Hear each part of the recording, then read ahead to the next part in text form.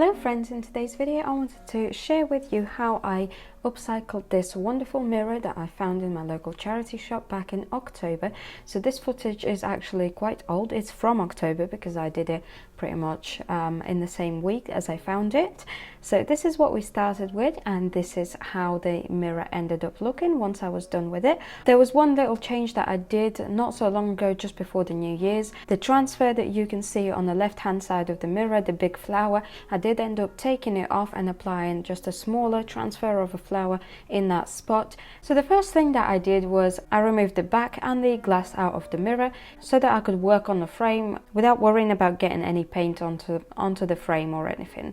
So first of all, I took a cloth and soapy water and I cleaned off all of the dirt and the dust off of my frame. Then I rinsed it all off with just normal water, and then to degrease my surface I used methylated spirit, as you might have already seen me do with a lot of sort of slippery-ish surfaces. This frame was plastic from what I gathered, so this is what I ended up using, and the paint stuck to it absolutely fine with no priming. The paint that I used for base is satin finish furniture paint by Rust-Oleum in the colour mineral grey, and I only ended up using like the tiniest little amount on it, and it gave me a really nice coverage. For blending on this mirror I decided to go from light to dark, so I started with my lightest shade and then gradually I made my shade darker and darker. The trick with this is that you want to, whenever you apply your next shade, you want to apply less and less of it, so that if you've applied 5 shades on top of your base, then you can still see little bits of all of the other shades that are underneath. So you start with your base color and you apply it everywhere, then you apply your next color and you kind of go almost over the whole thing, just leaving little bits here and there, and so you gradually build it up. The second paint that I ended up using is also Rust-Oleum furniture paint, but this time it was in the colour Belgrave. I don't know why, when I looked at the colours online, at the colour swatches online, it looked very much teal, and when I got it, it was actually more like periwinkle blue. It wasn't how I saw it initially in my head, but that's what I ended up working with. So that's what I ended up using for my second shade. And like I said, I just gently brushed it over all over the mirror, getting most of the places, but just making sure that you can still see little bits of that grey that I applied underneath. And I used a natural bristle brush dry brushing technique, which again, if you've seen any of my videos before, you will know that this is probably my favorite technique of painting. Then I just added more blue and black into my paint, and again added it on top. You will see I think I added 5 or 6 shades on top of it, and then I also added 2 different waxes on top of it, so there's a lot going on. It is something that I really do like doing. I like to make my projects very sort of colourful. I like to add a lot of depth to my projects using different shades and sort of gradually shading them and so on. So if you've seen my work, you will know already.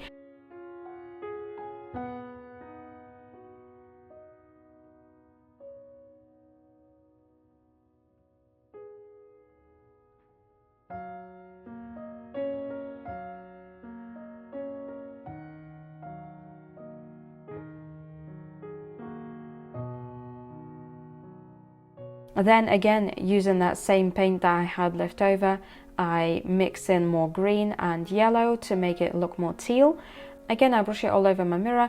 Each time that I do this, of course, you're not going to be able to apply 5 shades and then make sure that you are able to see all of the shades in all of the places, but still in the places like on the side bits, on the little scroll bits on the sides, you can still see that original grey poking through. So that's what I mean by leaving the room for other shades.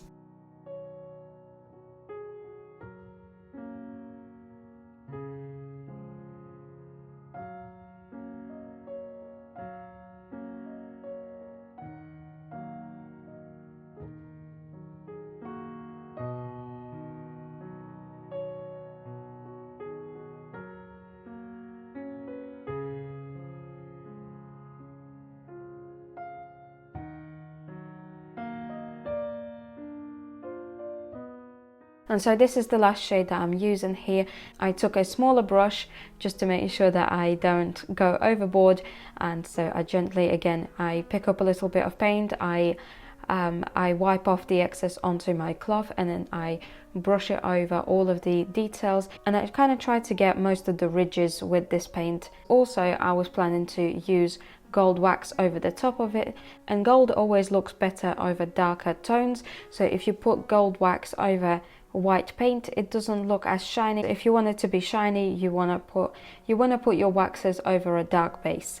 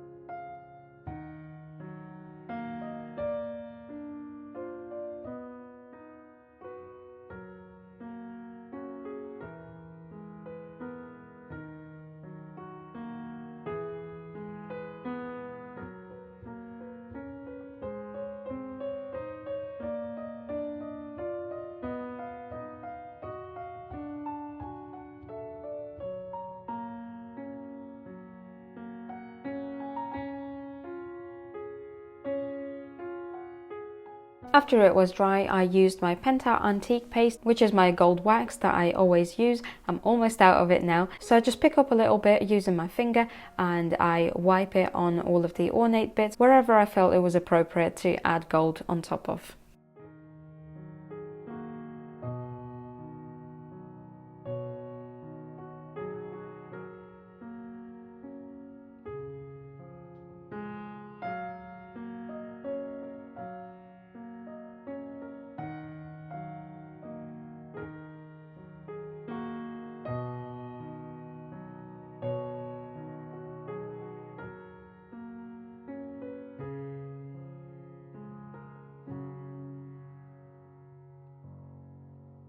And then to seal it, I used Johnston's water-based matte varnish, and I applied 2 or 3 coats of it, I can't remember exactly.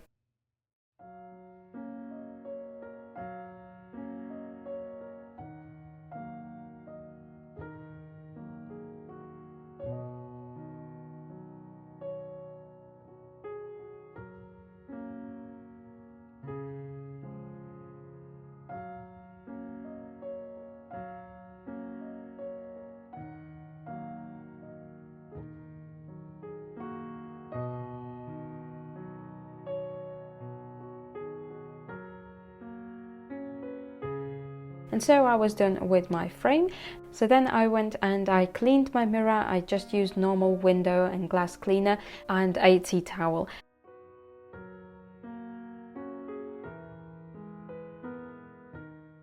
And then I applied my transfers over the top of my glass. So the main reason to apply transfers was that little chip that you can see me cover there right now. When I bought this mirror, it came with that chip, and so I put the transfer over it, and that kind of just sealed that chip in. Visually you can't even tell that there's a chip, but also it kind of serves as a little safety precaution, so it kind of just keeps all of the glass sealed in there.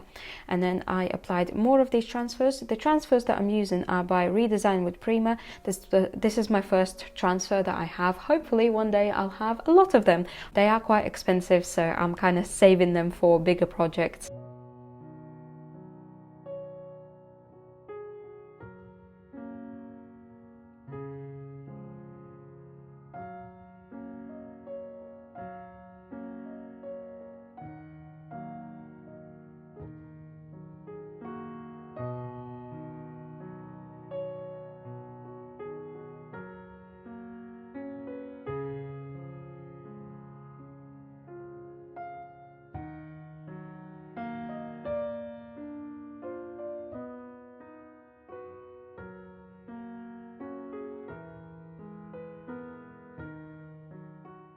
This big flower that you can see me apply here, I did end up having to take it off because while I was waiting for the mirror to find its new home, I hung it up in my bedroom and I kept coming back to it and I kept looking at it, and it just kind of, it was too big, so I decided to go for something smaller. So once I placed the mirror back into the frame and I closed it all up, I had a good look at it, and I figured that just the gold wax over the top of it wasn't enough with the amount of pink that there was on the transfers. I wanted to add a little bit of pink into it, and luckily I have this pink wax by Finnabar, so that's what I applied over the top of it.